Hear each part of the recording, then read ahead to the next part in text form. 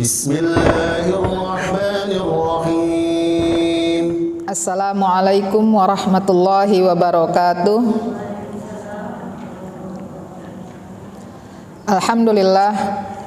Alhamdulillahilladzi nahmaduhu wa nasta'inuhu wa nastaghfiruh wa na'udzu billahi min syururi anfusina wa min sayyiati a'malina. May yahdihillahu fala mudhillalah wa may yudlilhu fala hadiyalah. Asyhadu an la ilaha illallah wahdahu la syarikalah wa asyhadu anna Muhammadan abduhu wa rasuluh huwa khataman nabiyyin la nabiyya ba'dah. Amma ba'du. Akhwati fillah, a'azzani Allah wa iyyakunna jami'a. Alhamdulillah, hari ini Allah mempertemukan kita kembali melanjutkan kajian dari fikih sunnah wanita, yang alhamdulillah satu bab sudah kita lewati tentang bab toharoh. Sekarang kita masuk kepada bab baru, yaitu bab dari kitab sholat. Insyaallah pembahasan ini adalah pembahasan yang sangat penting, ya, bahkan dalam keseharian kita melaksanakan sholat tidak hanya sekali tapi 5 kali. Bagaimana jika amalan yang setiap hari kita lakukan dan berkali-kali dalam sehari tersebut, ya, ternyata belum kita ilmui. Tentu saja kita ingin agar Allah menerima amalan kita sebagaimana doa pagi kita, wa amalan mutaqabbala, dan amal yang diterima yang kita harapkan itu tentu saja amal yang memang sesuai dengan syariat yang sudah diajarkan Rasulullah SAW.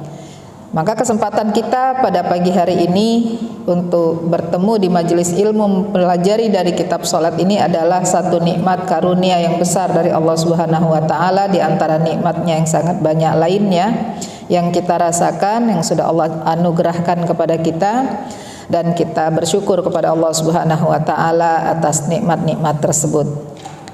Kemudian salawat dan salam kepada Rasulullah Muhammad sallallahu alaihi wasallam. Allahumma sholli ala Muhammad wa ala ali Muhammad. Semoga tercurahkan keselamatan dan kesejahteraan kepada Rasulullah Muhammad dan seluruh keluarganya, istri-istri Rasulullah, anak-anak Rasulullah, cucu-cucu Rasulullah yang telah berjuang bersama Rasulullah sallallahu alaihi wasallam, yang dari sanalah kita mempelajari fikih, ya, khususnya amalan-amalan harian kita. Karena bersama Rasulullah mereka hadir di sana dan Rasulullah mempraktekkannya langsung. Bagaimana cara Rasulullah sholat, bagaimana cara Rasulullah melaksanakan amalan-amalan yang setiap hari bersama mereka. Lalu dari satu sahabat ke sahabat yang lain itu disampaikan dan terbuatlah satu kitab, ya, kitab fikih, dan sekarang kita sedang mempelajarinya. Kita akan masuk kepada pembahasan tentang kitab sholat. Kita membahas terlebih dahulu tentang pengertian sholat itu sendiri. Silakan dibuka bukunya halaman 75. Di dalam pengertian sholat dan pengertian amalan lainnya selalu definisi itu dibagi dua, definisi menurut bahasa dan definisi menurut istilah. Yang pertama, definisi menurut bahasa, makna sholat menurut bahasa adalah artinya doa, ad-doa, ya. Bahasa sholat menurut bahasa adalah doa. Dikatakan, dinamakan bahwa sholat itu adalah doa karena di dalam sholat terkandung doa-doa. Banyak sekali doa-doa yang terkandung di dalam bacaan-bacaan sholat kita. Misal seperti duduk antara dua sujud, kita membaca Rabbighfirli, ya Allah ampunilah aku, warhamni, dan rahmatilah aku. Itu doa, kan? Maka sholat disebut doa menurut bahasa karena di dalam amalan sholat itu sendiri mengandung banyak doa. Kemudian sholat menurut istilah, sholat itu ada menurut bahasa, ada menurut istilah. Sebagaimana yang kita tahu bahwa sholat menurut istilah diawali dengan takbir, ya, satu amalan yang diawali dengan takbir. Amalan yang diawali dengan takbir seperti kita mengucapkan Allahu Akbar, takbiratul ihram, ya. Dan diakhiri dengan salam, terakhir dengan salam. Diawali dengan takbir, diakhiri dengan salam. Dengan bacaan dan gerakan tertentu. ada bacaan tertentu, ada gerakan-gerakan tertentu antara takbir dengan salam, ya. Jadi dengan bacaan tertentu, gerakan tertentu, dan dilaksanakan di waktu yang ditentukan. Kitabam mauquta, di waktu yang ditentukan. Jadi sholat itu amalan, ya, satu amalan yang diawali dengan takbir, takbiratul ihram, diakhiri dengan salam, dengan bacaan dan gerakan tertentu. Ya, tidak boleh asal-asal gerakannya, tidak boleh suka-suka bacaannya, di waktu pada waktu yang ditentukan. Jadi waktunya juga tertentu. Misal amalan sholat subuh kapan waktunya jelas ada, dan di waktu zuhur kapan waktunya jelas ada. Tidak boleh kita suka-suka mengambil waktunya. Ya, sholat zuhur tidak di waktu zuhur. Ini maksud dari waktunya tertentu. Tidak boleh sholat tidak pada waktunya. Berikutnya kedudukan sholat. Kedudukan sholat dalam Islam adalah menjadi rukun Islam yang kedua. Yang pertama sebagaimana kita ketahui syahadah, yang kedua adalah sholat. Kedudukannya dalam Islam, dia adalah satu amalan rukun yang penting, yang melaksanakannya tepat pada waktunya termasuk amalan yang paling baik dan bagian dari keimanan juga. Siapa yang meremehkannya maka mendatangkan naudzubillah murka dari Allah, ya, karena meremehkan sholat. Dan karena itu kita harus memelihara sholat tersebut. Hafidhu ala sholawat, jagalah sholat-sholat. Maksudnya jangan sampai meremehkannya, laksanakan sebagaimana syariat mengajarkannya. Hafidhu ala sholawat wassolatil wusta waqumu, dan dirikanlah, jagalah sholat kalian dan sholat wusta, dan dirikanlah, waqumu lillah, karena Allah, qanitin, dengan penuh rasa tunduk kepada Allah Subhanahu wa taala. Jadi kita hanya berislam tapi tidak menampakkan keislaman itu, hanya mengerjakan sholat sudah benar, tapi tidak menampakkan nilai-nilai dari sholat tersebut, maka tidak menampakkan keimanan seseorang. Jadi dia kedudukannya sangat tinggi pada rukun Islam, tapi juga bagian dari keimanan seseorang. Ini kedudukan sholat. Berikutnya, hukum meninggalkan sholat, masih di halaman 75. Hukum meninggalkan sholat dikarenakan apa dulu? Apakah dikarenakan dia mengingkarinya? Apabila dia mengingkarinya, ada di halaman 75 baris kedua. Apabila dia mengingkari kewajiban akan hukum sholat tersebut, maka dia dihukumi kafir. Kalau kafir berarti keluar dari Islam, begitu ya. Karena dia tidak menganggap sholat itu wajib. Dia mengingkari bahwa sholat itu wajib. Enggak wajib sholat. Siapa mau sholat ya silakan, yang enggak ya sudah, gitu.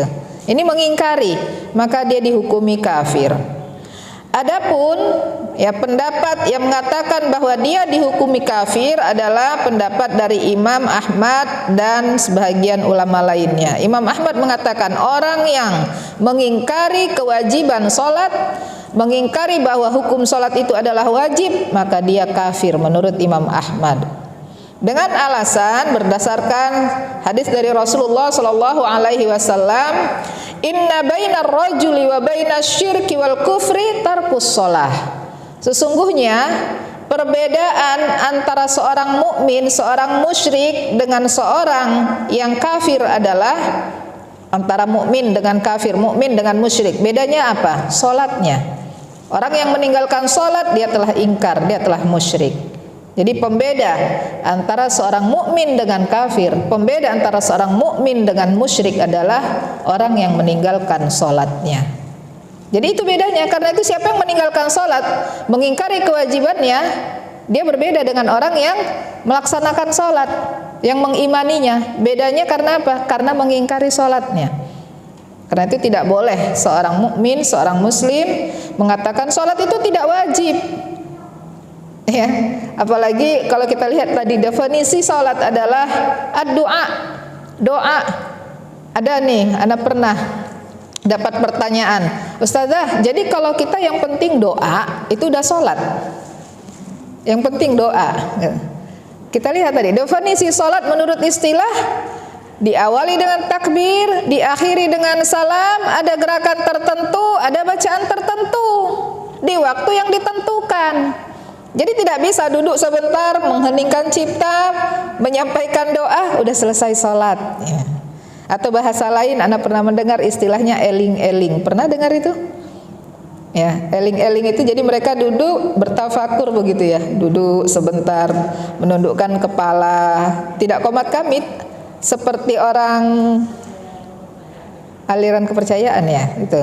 Nah, itu sudah salat, tidak.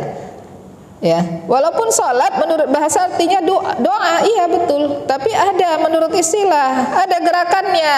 Yang bahkan kalau gerakan itu tidak benar digerakkan, ruku dengan cara yang salah, tidak dengan cara yang salah, sujud dengan cara yang salah, tidak bisa. Ya, karena itu ada syariat yang diajarkan oleh Rasulullah SAW, ketentuan. Ini loh cara-caranya, ini loh bacaannya. Ya.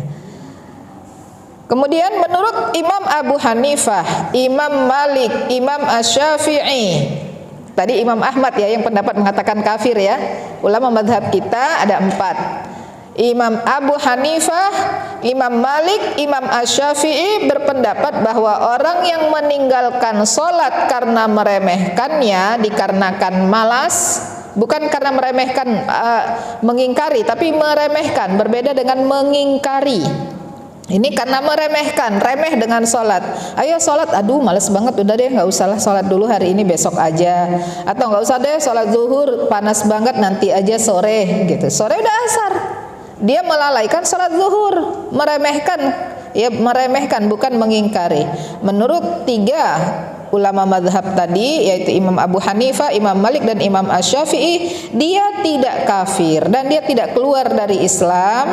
Ya, dia tidak kafir, tidak keluar dari Islam, tetapi sebagian mengatakan kalaupun dia ingkar dengan kewajiban tersebut karena malas, maka dia kafirnya kafir asghar, kafir kecil.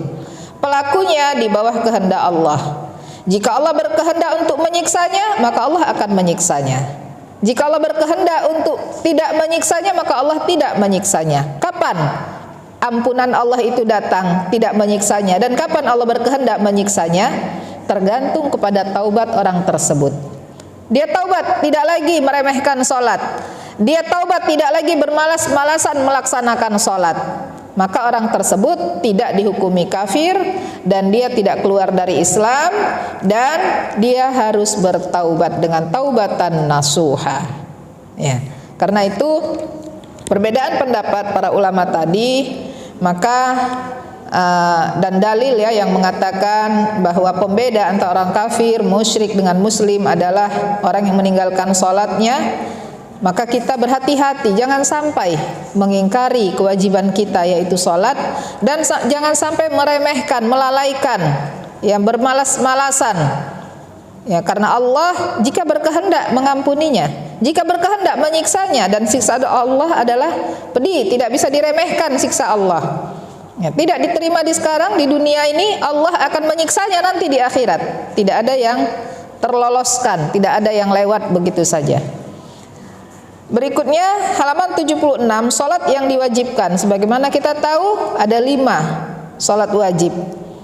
Mulai dari subuh, zuhur, asar, maghrib, dan isya. Dengan waktu-waktu tertentu. Tadi disampaikan pada definisi, ada waktu. Kapan waktunya? Kalau kita sekarang melihat waktu ke jam ya, melihat jam berapa ini? Sudah masuk sholat belum gitu kan? Nah, di zaman Rasulullah, para sahabat tidak melihat jam, tapi melihat kepada pergerakan matahari. Sudah sampai mana? Sudah terbit belum? Sudah di atas kepala, sudah bergeser ke arah barat, begitu ya. Kita lihat halaman 77, waktu-waktu sholat. Berdasarkan firman Allah Subhanahu wa taala, Quran surat An-Nisa ayat 103, "Innas sholata kanat 'alal mu'minina kitaban mauquta." Sesungguhnya salat itu adalah kewajiban yang ditentukan waktunya untuk orang-orang yang beriman. Ada waktu tertentunya. Kapan waktunya? Kita lihat untuk salat zuhur. Tidak dimulai dari subuh ya untuk nomor ini.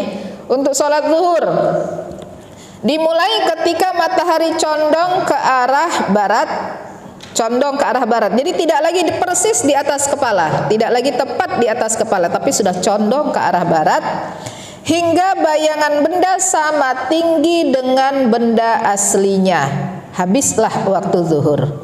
Misal seseorang tingginya 150 cm, lalu tinggi bayangannya dengan tinggi orang tersebut dengan panjangnya bayangan sama-sama, ya sudah sama panjangnya, maka habislah waktu sholat untuk zuhur, masuk waktu sholat asar.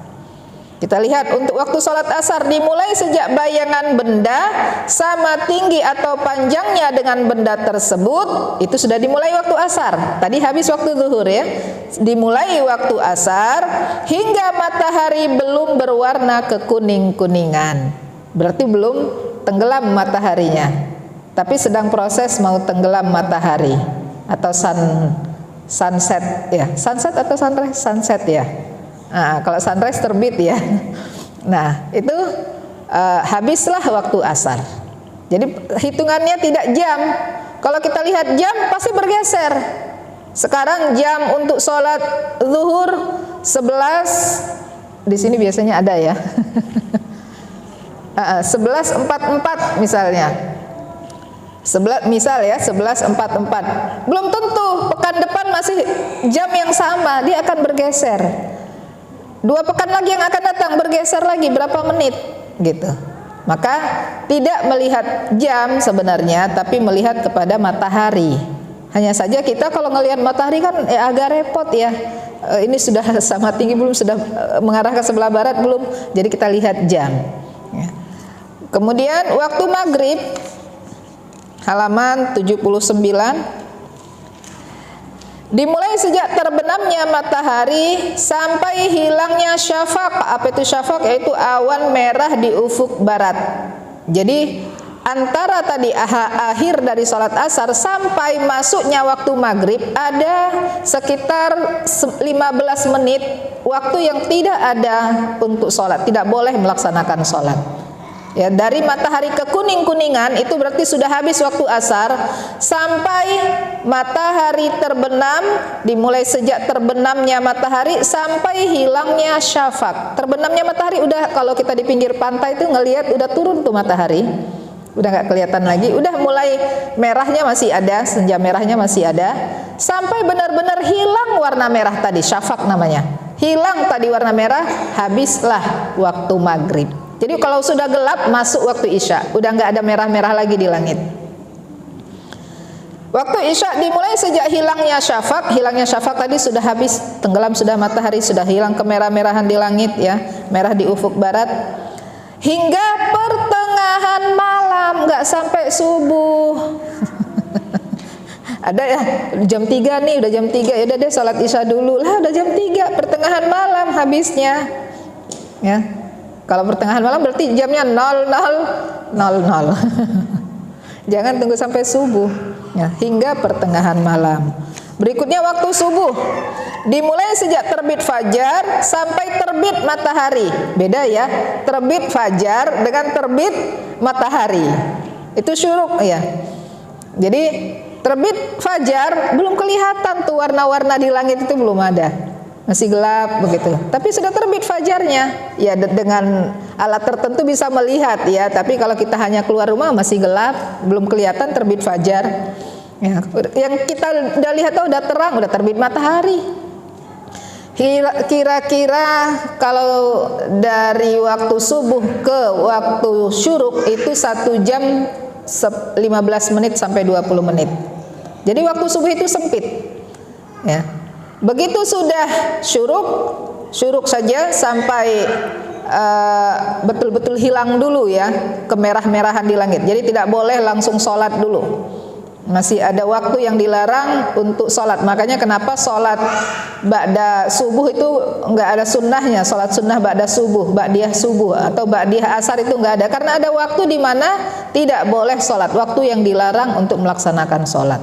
Ya, ketika mataharinya masih sedang ada merah-merah menuju terbit ataupun sedang menuju terbenamnya. Nah itu waktu-waktu sholat. Berikutnya Halaman 80, dengan apa kita dianggap telah mendapatkan waktu sholat? Dengan apa? Dengan masuknya waktu tadi. Karena salah satu syarat sah sholat, ada syaratnya adalah masuk waktu. Kalau belum masuk waktunya, maka belum boleh sholat. Walaupun aduh 1 menit lagi, aduh 2 menit lagi. Nggak, apalagi misal kita sudah ada di bandara, udah mau check in nih, udah mau masuk ke pesawat ya, sudah ada panggilan, tapi tanggung nih, belum sholat, tapi 2 menit lagi, tah masih antri panjang, sholat aja deh dulu, 2 menit lagi masih cukup kali, masuk musola, aduh 2 menit lagi, sholat aja lah, belum boleh walaupun 2 menit lagi, ya, karena itu tetap tunggu sampai tiba waktunya. Kemudian untuk akhirnya juga begitu. Itu tadi memulai waktu, awal waktu. Sekarang akhir waktu. Misal tadi ketika sholat zuhur, habisnya adalah masuknya waktu sholat asar. Seseorang sholat, kalau sekarang asar itu jam 3 kurang beberapa menit, ya, jam 3 kurang 5 atau kurang 6 menit, ya. Coba dibuka karena saya tidak bisa melihat ke situ ya, ke waktu sholat. Ada yang punya ini jadwal sholat?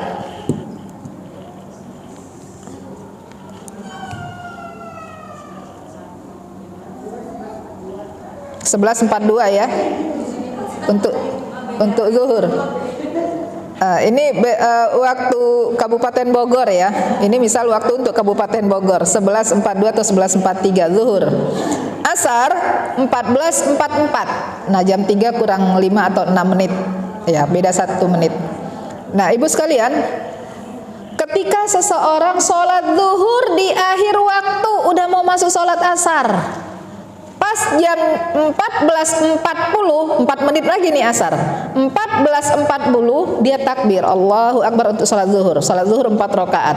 Baru rakaat pertama, tapi udah selesai rakaat pertama dengan sempurna, sudah sujud yang kedua, dia bangkit untuk naik rakaat kedua. Sedang rakaat kedua terdengar suara azan. Dia mendengar suara azan, jangan dibatalkan, lanjutkan saja sholat zuhurnya, karena dia sudah mendapati 1 rakaat dari sholat zuhur, lalu yang 3 rakaatnya lagi berarti masuk sudah sholat asar, masih bisa, masih dapat. Jadi dapat 1 rakaat di waktu sholat zuhur belum habis, tapi 3 rakaat sudah masuk waktu sholat asar, ini masih dapat untuk dia melaksanakan sholat zuhur. Tapi kalau setengah rakaat baru takbir Al-Fatihah, azan asar, dia nggak dapat 1 rakaat, maka tidak dapat sholat zuhurnya, gitu ya. Ini yang halaman 80. Halaman 81, tidak mengerjakan sholat karena lupa atau tertidur, Allah memaafkannya. Lagi-lagi karena lupa, alasan lupa, bukan sengaja melupa-lupakan, melalai.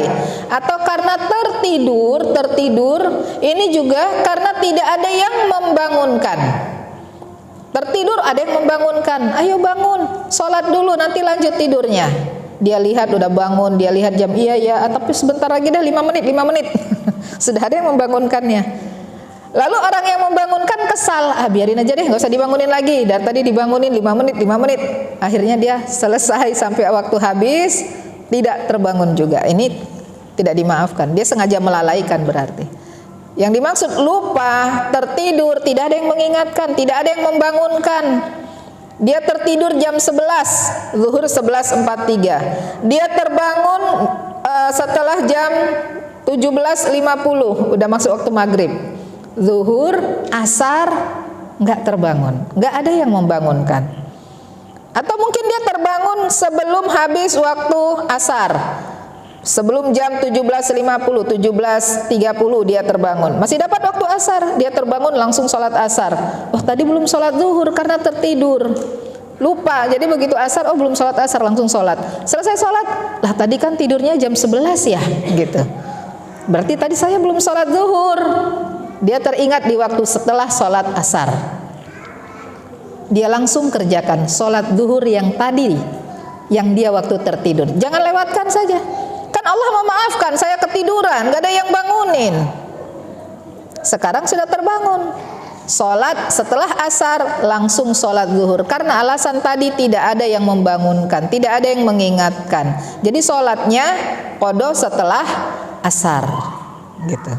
Ya, karena alasan lupa atau tertidur. Kapan terbangun, kapan teringat, langsung sholat. Begitu juga dengan yang lupa. Lupa dalam keadaan terjaga ini.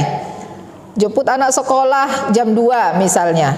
Dari rumah belum sholat zuhur, berangkat atau dari kajian atau dari mana, jemput anak sekalian lah, nanti pulangnya baru sholat. Kadang kan begitu tuh mak-mak ya. Begitu sampai rumah, ya waktu dia menjemput anaknya, pulang dari mana, jemput anaknya, kemudian sampai rumah, lah udah asar, saya tadi belum sholat zuhur, tapi terlupa ya, alasan lupa, bukan sengaja melalaikannya. Dia lupa, belum sholat zuhur, sampai rumah sudah asar, dia langsung sholat asar. Setelah sholat asar, dia sholat zuhur, karena teringatnya setelah sholat asar, gitu. Ya. Berikutnya, jika seorang belum melaksanakan sholat hingga waktunya habis tanpa uzur. Uzur itu alasan yang dibenarkan oleh syariat, uzur syar'i. Ya, seperti tadi lupa, tertidur, itu alasan, uzur. Ini sekarang tanpa uzur. Jawaban dari beberapa pendapat dalam masalah ini adalah orang tersebut tidak perlu mengqadanya, tidak perlu mengganti sholatnya, karena tanpa uzur. Memang sengaja tinggalkan azan, sholat, biarin aja lah, udah biasa nggak sholat, nggak merasa berdosa, nggak merasa bersalah meninggalkan sholat tanpa uzur. Nggak ada alasan dia meninggalkan sholat, tapi dia memang sengaja meninggalkan sholat. Perlu diqadha? Tidak. Ya. Lalu orang yang seperti ini jadinya bagaimana? Bertaubat. Bahkan mungkin sudah amat sangat banyak sholat yang dia tinggalkan. Berbeda dengan orang yang memang menyadari hukum sholat itu wajib. Gelisah kalau belum sholat. Gelisah. Rasanya mau ini, tapi belum sholat. Udah jam berapa ini? Nyari musola ada nggak ya, di mana? Ada, kepikiran terus. Tapi ada sebahagian orang yang meremehkan, yang mengingkari. Ada musola, ada tempat wudhunya, ayo sholat. Alah udahlah, males banget, nanti aja. Tidak ada uzurnya. Uzur apa? Sholat udah waktunya, tempatnya ada, wudhu juga ada, air juga ada. Dia sengaja meninggalkan sholat. Orang seperti ini tidak perlu mengqadanya. Lalu apa yang dia lakukan? Taubat. Taubat. Mau berapa sholat yang mau dia qadha? Sudah amat sangat yang sengaja dia tinggalkan. Ya. Berikutnya halaman 83, kita lanjutkan. Orang yang tidak mengerjakan sholat selama bertahun-tahun. Nah, silakan nih, boleh nih yang baca. Halaman 83 paling atas.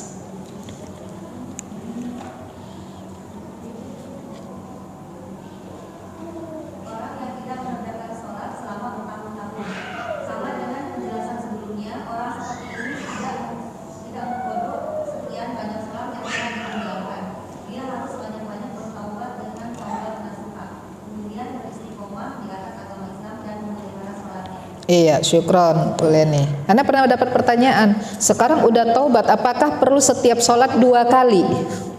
Jadi setelah sholat zuhur yang hari ini, lalu dia sholat lagi zuhur untuk yang dulu gitu, yang qadha dulu. Nah, itu maksud pembahasan yang tadi dibaca oleh Bu Leni. Dia cukup dengan bertaubat, taubatan nasuha, kesungguh-sungguhan benar-benar. Orang taubat itu apa? Menyesal. Tunjukkan rasa menyesal sudah meninggalkan sholat selama bertahun-tahun. Kalau nyesal berarti ada rasa menangis, merasa bersalah yang amat sangat gitu. Dengan begitu dia betul-betul tidak lagi mengulang, karena nyesal.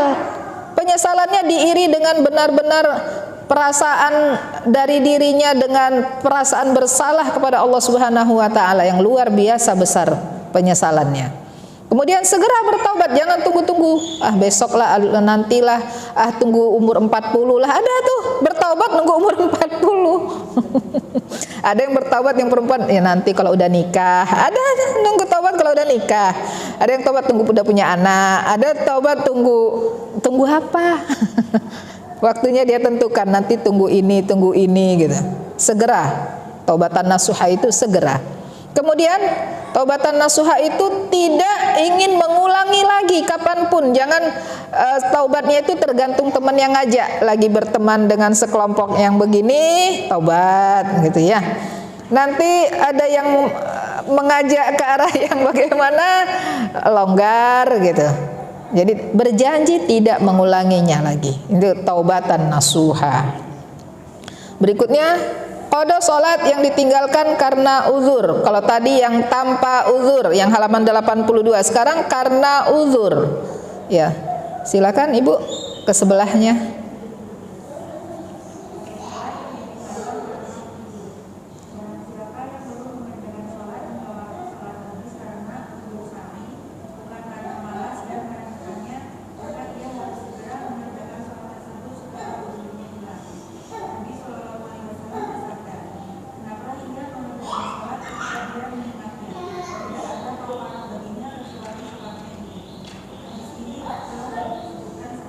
Iya, syukran Ibu. Jadi yang tadi misal karena lupa, karena tertidur, itu contoh uzurnya. Begitu teringat, sholat. Begitu terbangun, sholat. Tidak ada kafaratnya selain sholat itu sendiri. Apa yang saya lakukan? Apakah harus mengganti sekian mud beras? Enggak ada kafarat untuk itu. Enggak ada fidyah, enggak ada pengganti. Ana pernah tuh ditanya sama seseorang ketika keluarganya wafat. Ana takziah, kemudian sebelah anak nanya, Ustazah, kebiasaan di sini orang yang wafat itu nabung untuk acara kematiannya dan sekaligus membayar fidyah atas sholat-sholat yang sudah dia tinggalkan. Ada tuh sekelompok satu kampung itu ya seperti itu. Ya. Tidak ada fidyah untuk sholat yang sudah dia tinggalkan. Kalau puasa masih ada ya. Ya, membayar fidyah bagi yang tidak sanggup membayar puasanya. Tapi untuk sholat tidak ada fidyahnya. Selain sholat itu sendiri, begitu dia teringat. Dan tidak digantikan oleh orang lain, oleh ahli warisnya. Perlukah saya sholat untuk keluarga yang sudah wafat? Tidak. Dia sholat untuk dirinya sendiri ketika dia hidup. Dia sudah wafat, ahli warisnya tidak sholat untuk dia. Orang ini saja ketika dia masih hidup pun, dia tidak perlu membayar sholat yang sudah bertahun-tahun lalu. Cukup dengan taubatan nasuha. Adapun sholat yang sekarang dia kerjakan dikarenakan uzur, kapan dia ingat? Laksanakan langsung. Teringat langsung laksanakan. Kadang kan memang aktivitas yang itu banyak gitu ya, sehingga udah jam segini lah saya belum sholat. Teringat berarti saat itu juga kerjakan. Kapan teringat? Langsung kerjakan. Berikutnya mengqada ibadah yang terlewat dengan tertib berurutan. Misal terlupa 2 sholat, zuhur asar lupa, udah maghrib baru ingin melaksanakan sholat jadi 3 ini ya. Urutkan. Apabila dia berjamaah datang ke masjid, sholat berjamaah dulu. Sholat berjamaah berarti dia sholat maghrib dulu. Selesai dia sholat maghrib, dia menjadi makmum, selesai dia bangkit kembali untuk sholat zuhur dulu, baru qada yang asar. Tertib. Memang urutannya kan sholat zuhur dulu, setelah itu sholat asar. Begitu ya. Tertibkan. Halaman 84. Waktu-waktu yang dilarang melaksanakan sholat sunnah. Dilarang melaksanakan sholat sunnah, bukan sholat wajib, sholat sunnah. Yang pertama, setelah sholat subuh hingga terbitnya matahari. Ba'diyah subuh tidak ada. Dan itu sudah kita ketahui ya, bahwa sholat itu ada qobliyah, ada ba'diyah. Tidak semua yang pakai qobliyah pasti ada ba'diyahnya. Ada yang ada qobliyahnya dan ada juga ba'diyahnya. Ada yang ba'diyah saja, tidak ada qobliyahnya. Nah, yang subuh ini ada qobliyah subuh, tapi tidak ada ba'diyahnya. Ba'diyah subuh, sholat sunnah ba'diyah itu tidak ada untuk sholat subuh ya. Kemudian yang kedua, ketika matahari terbit, tunggulah beberapa saat hingga setinggi tombak dari garis cakrawala. Ketika matahari terbit sudah di atas kepala, apalagi sedang lurus di atas kepala, ini tidak ada sholat sunnah di situ. Qobliyah zuhur juga tidak ada di situ. Sudah lewati dulu beberapa saat, baru masuk qobliyah untuk zuhur. Berikutnya ketiga, ketika matahari persis di atas kepala. Ini tadi yang sudah Ana terangkan. Yang keempat, setelah sholat asar hingga terbenamnya matahari. Ini juga tadi sudah disampaikan. Setelah asar, ba'da asar itu tidak ada. Halaman kita lanjutkan 86, azan.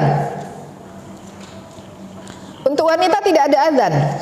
Sedangkan ini fikih sunnah wanita, membahas bab azan, fikih sunnah wanita, supaya kita tahu bahwa wanita itu tidak boleh azan. Kenapa azan? Ini bahasa Arab ya, artinya pengumuman. Pengumumannya apa? Pengumuman bahwa waktu sholat sudah masuk dengan lafaz-lafaz tertentu. Itu azan, pengumuman yang menandakan waktu sholat sudah masuk dengan lafaz-lafaz tertentu. Jadi pengumumannya nggak pengumuman waktu sholat sudah tiba, nggak gitu kan? Tapi ada lafaz-lafaz tertentu untuk dikumandangkannya azan. Untuk perempuan tidak ada azannya ya. Yang ada apa kalau untuk kita? Kenapa tidak ada azan untuk perempuan? Karena aurat, iya, suara itu aurat. Jadi tidak boleh perempuan azan. Walaupun untuk kalangannya sendiri. Untuk kalangan sendiri kita azan di kampung, ada khusus kampung wanita semua gitu. Ya, tidak ada azan untuk perempuan. Dan tidak ada kan kampung yang khusus perempuan saja supaya suaranya tidak terdengar, auratnya tidak terdengar ke laki-laki. Tidak ada azan, tidak untuk perempuan, tapi tetap kita kita pelajari supaya kita faham bahwa tidak ada adzan untuk wanita. Adapun mendengarkan iqamah bagi wanita ini ada sunnah kita mengucapkan sebagaimana yang diucapkan oleh muadzin. Idza sami'tumun nida faqulu misla ma yaqulul muadzin. Apabila kalian mendengar suara adzan, maka qulu, ucapkanlah, jawablah sebagaimana apa yang sudah diucapkan oleh muadzin. Kecuali apa, Bu? Hayya 'alas shalah, hayya 'alal falah. Kita jawab la haula wala quwata illa billah. Berikutnya halaman 87. Syarat sah salat untuk wanita. Ada syarat sahnya. Artinya kalau tidak dipenuhi syaratnya maka tidak sah. Dengan dipenuhi syaratnya maka sah salatnya. Syarat sah ini masuk dalam bab solat di awal sebelum dimulainya solat itu sendiri, sebelum mulai bergerak takbiratul ihram. Penuhi dulu. Yang pertama, mengetahui masuknya waktu solat. Sebelum takbiratul ihram, sebelum memulai solat, sudah kita ketahui dulu bahwa memang waktunya sudah masuk. Kalau belum masuk waktu, jangan solat dulu. Walaupun belum terdengar adzan, iya, walaupun belum terdengar suara adzan. Karena bisa saja petugas muadzin mungkin sedang berwudu, mungkin sedang di jalan menuju ke tempat sholat, ke masjid. Kitanya sudah ingin sholat di awal waktu karena ada urusan setelah itu misalnya. Bolehkah kita sholat sebelum terdengar suara adzan di mana-mana? Padahal kadang begitu adzan terdengar 3 atau 4 masjid. Kadang begitu. Dari masjid komplek kedengaran, sebelah komplek kedengaran. Tapi ini udah jamnya, nggak ada satupun yang terdengar dari masjid mana-mana adzan. Bolehkah sholat? Boleh, asal memang sudah masuk waktunya. Kita sudah punya jadwal waktu sholat di handphone kita kah atau kita sudah punya waktu yang memang benar waktunya, tidak dipercepat. Kadang jam rumah itu ada jam anak sekolah ya. Jangan ngikutin jam anak sekolah rumah yang kita memang percepat 10 menit. Nanti kalau bangunin, ayo nak cepat-cepat bangun, lihat tuh jam berapa. Kita tahu jam itu dipercepat ya. Jadi harus tepat jamnya kita boleh sholat karena sudah masuknya waktu, walaupun mungkin belum terdengar adzan di luar rumah kita, di masjid sekitar kita. Yang kedua, suci dari hadas kecil dan hadas besar sesuai kesanggupan. Ada kata sesuai kesanggupan ya. Nanti Anda sampaikan. Maksudnya sesuai kesanggupan ini apa? Dari hadis Rasulullah Shallallahu Alaihi Wasallam, la yuqbalu shalah, la yuqbalullahu shalah bi ghairi tahur. Allah tidak menerima salat seseorang tanpa tahur, tanpa bersuci. Ya.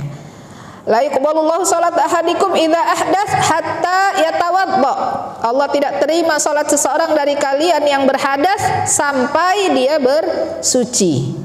Jadi seseorang yang sudah berusaha mensucikan dirinya, pakaiannya, tempatnya, 3 ya, suci dari hadas dan najis, dirinya, badannya. Kemudian suci dari hadas dan najis. Kalau hadas sudah pasti diri kita, badan kita. Tapi kalau najis bisa jadi di pakaian kita, bisa jadi di tempat sholat kita. Nah 3 ini, diri, pakaian, tempat harus suci dari hadas dan najis.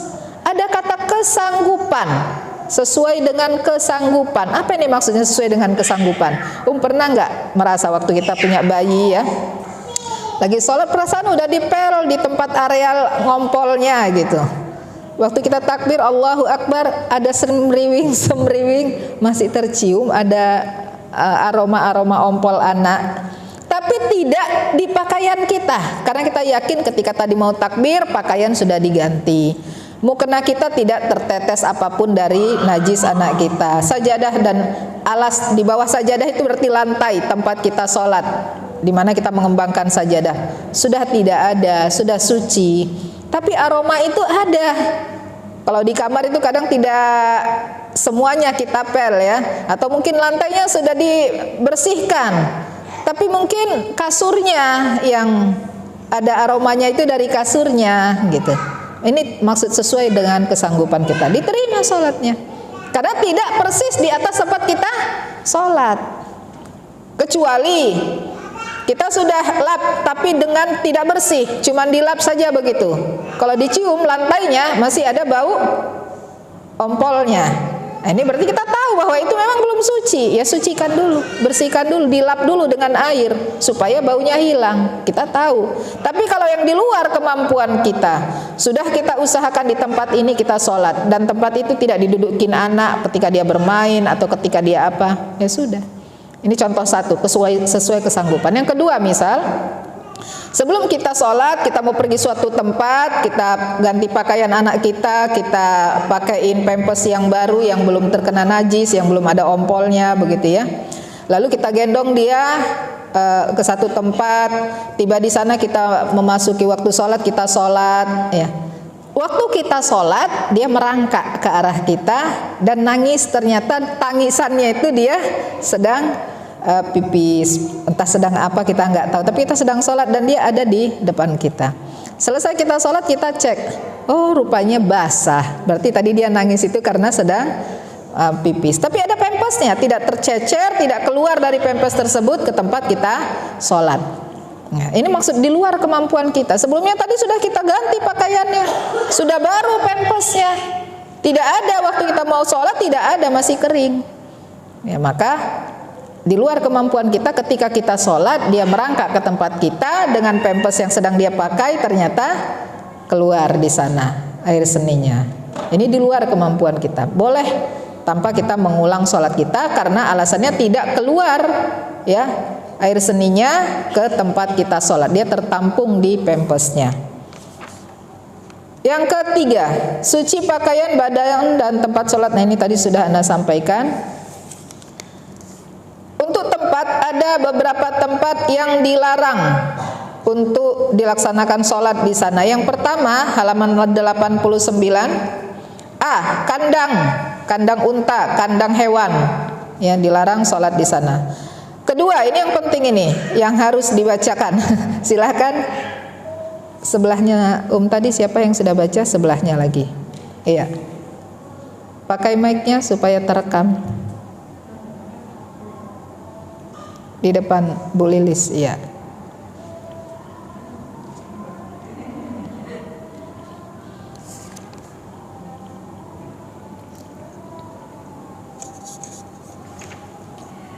Yang kedua, kuburan.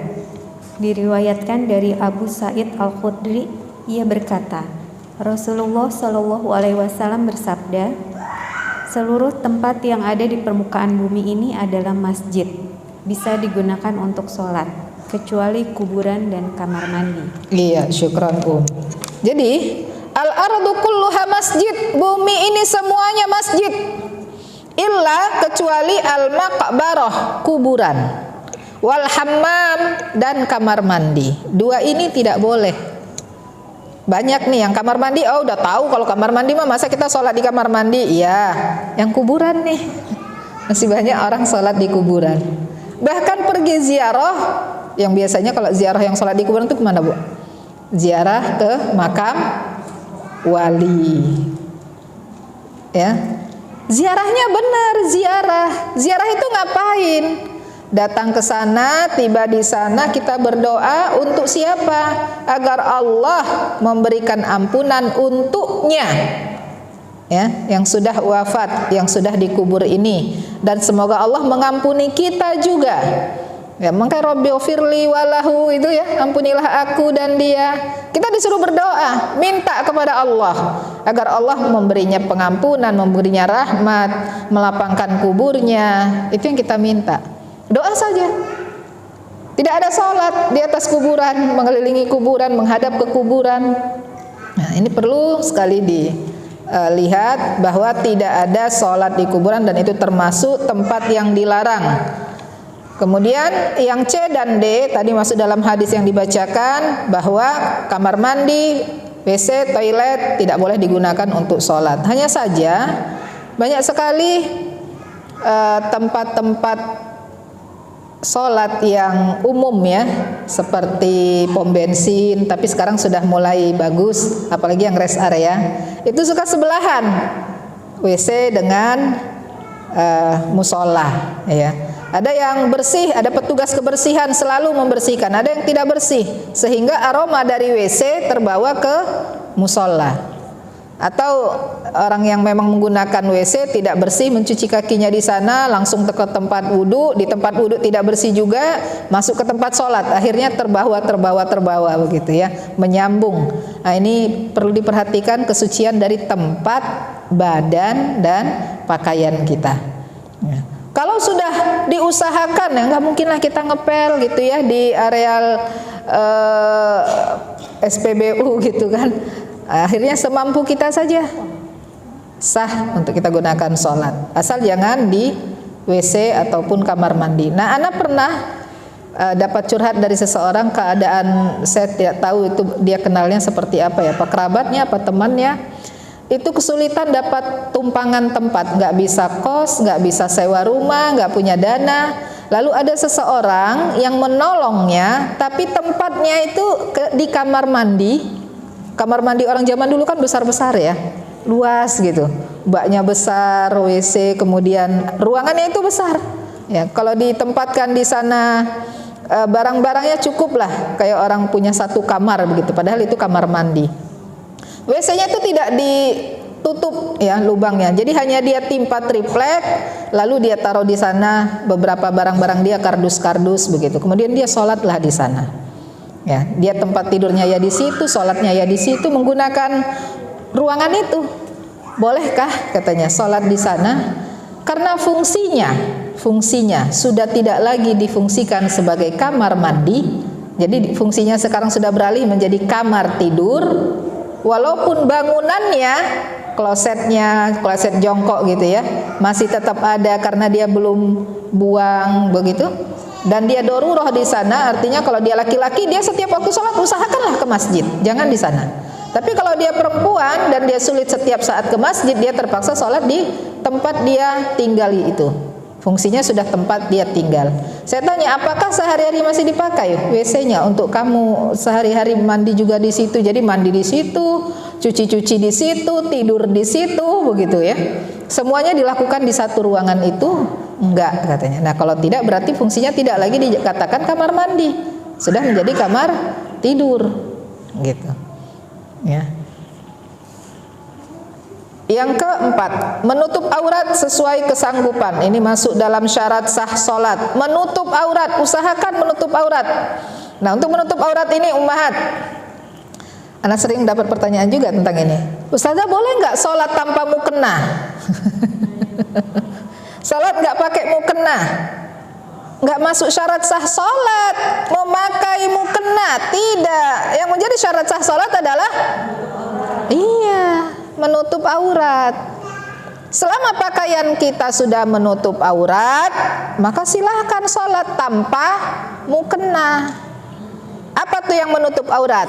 Ya, Seluruhnya kecuali wajah dan telapak tangan. Sudah. Telapak tangan itu mana? Apakah ini saja? Ini enggak? Ini mulai dari pergelangan tangan ke depan, dalam dan atas, ini semua namanya kuf. Ya, ini boleh dijadikan terlihat dikarenakan ini termasuk telapak, ya, dari pergelangan telapak tangan semuanya. Jadi wajah dan kedua telapak tangan seluruhnya sudah tertutup. Dengan tertutupnya kita perhatikan kainnya, pertama longgar. Kalau longgar berarti tidak ketat. Kedua, tebal. Kalau tebal berarti tidak tipis. Ya. Kemudian ketiga, panjang. Kalau panjang berarti tidak pendek. Kalau pendek kenapa? Tersingkap. Ya, kalau pendek tersingkap. Karena itu panjang, tidak tipis, tidak menerawang, longgar, tidak ketat, itu sudah menutup aurat. Apabila salah satu dari tiga ini tidak terpenuhi, maka tidak dikatakan menutup aurat. Misal, tebal kainnya. Kain tebal itu apa biasanya kalau untuk perempuan? Kayak lepis tuh, bahan lepis, kan tebal. Tapi sekian banyak kita lihat orang yang pakai lepis nggak longgar. Nggak longgar berarti ketat, levisnya ketat. Walaupun panjang sampai ke kaki, disambung pakai kaos kaki. Anda pernah lihat orang tuh sholat pakai celana levis, perempuan ya, pakai kaos kaki, bajunya di atas lutut. Walaupun tebal, ini belum dikatakan menutup aurat. Kenapa belum nutup? Kan tebal, kan panjang celananya. Apanya yang belum tertutup? Bentuknya. Bentuk apanya? Betisnya, pahanya. Jadi harus menutup itu, tujuannya tiga tadi. Tertutup bentuk-bentuknya, lekuk-lekuknya, tidak ketat, walaupun sudah tebal bahannya. Nah, kemudian ini terpenuhi tebalnya, bahannya, tapi tidak terpenuhi longgarnya, dia masih ketat. Apabila longgar, tapi tipis, nerawang, kain apa tuh? Ceruti, sifon, brokat, apalagi ya? Ada mukena tuh, walaupun putih, nerawang, tipis. Apa ya, kain apa namanya? Ya, tahulah ya, yang ada maksud. Longgar dia, namanya mukena, longgar, tapi nerawang. Kemudian perhatikan ini untuk perempuan, warna putih udah bener, longgar sudah bener, tebal sudah bener. Yang salah di mananya? Bordirnya. Bordir di kepala tuh kadang mulai dari sini sampai ke belakang, sampai ke bawah. Bordiran mukenanya. Kadang bordiran mukena itu ditutup lagi dengan kain, sehingga bunga-bunga yang dibolong-bolong atau daun-daun yang dibolong-bolong tidak terlihat lagi auratnya. Kadang terlihat lehernya, kadang terlihat rambutnya, dikarenakan bunga-bunga yang dibolong-bolong tadi. Ini belum menutup aurat, walaupun longgar, tebal bahannya. Karena kalau untuk di bordir itu biasanya bahannya harus tebal, nggak bisa yang tipis-tipis. Nah, jadi perhatikan pakaian kita itu menutup aurat, bukan mukena. Ya, kalau sudah terpenuhi menutup aurat, sudah. Walaupun ada mukena nggak usah dipakai, boleh. Tapi kalau belum terpenuhi, harus pakai mukena, cari mukena. Dan mukena ini pakaian daerah Muslim Asia lah. Daerah yang luar Asia belum tentu pakai mukena. Kalau kita datang haji atau umroh tuh, perhatikan yang pakai mukena siapa? Orang-orang dari Muslimah Asia. Muslimah luar Asia tuh ya pakaian dia sehari-hari. Itulah bajunya untuk sholat. Jadi tidak dikatakan harus pakaian sholat itu kalau sudah mukena. Kalau tidak mukena berarti nggak pakai pakaian sholat, salah. Pakaian sholat sudah menutup aurat, sudah silakan sholat. Ya, dengan 3 tadi, tidak tipis, ya bahannya tebal, tidak nerawang, kemudian tidak membentuk lekuk-lekuk tubuh, harus longgar. Batasan aurat wanita dalam sholat. Silahkan, siapa yang baca tadi terakhir? Sebelahnya A, silakan bacakan yang A.